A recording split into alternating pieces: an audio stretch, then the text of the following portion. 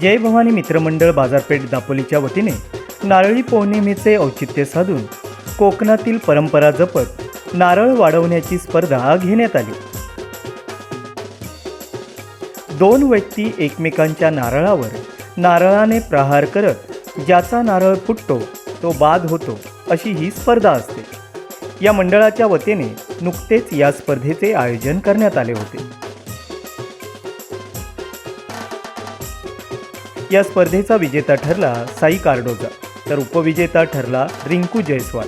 या कार्यक्रमाला अध्यक्ष प्रशांत शिंदे, योगेश पिंपळे, शैलेंद्र रेळेकर, चंद्रहास रेळेकर, आकाश रेळेकर, आदित्य रेळेकर आणि स्पर्धक मोठ्या संख्येने उपस्थित होते।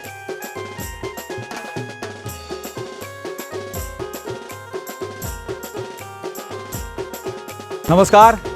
जय भवानी मित्रमंडळ बाजारपेठ दापोलीतर्फे नारळी पौर्णिमा निमित्त आलेल्या सर्वांचे स्वागत करत आहोत।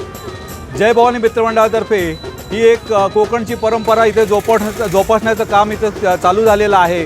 नारळी पौर्णिमा म्हणजे या ठिकाणी दोन व्यक्ती नारळ लढवतात आणि ज्याचा नारळ फुटेल तो त्यांनी विरुद्ध पार्टीला, म्हणजे ज्याच्याकडनं तो नारळ फुटला असेल त्या व्यक्तीला तो द्यायचा असतो। तर ही परंपरा जपताना आज जय भवानी मित्रमंडळाने एक वेगळा उपक्रम राबवलेला आहे।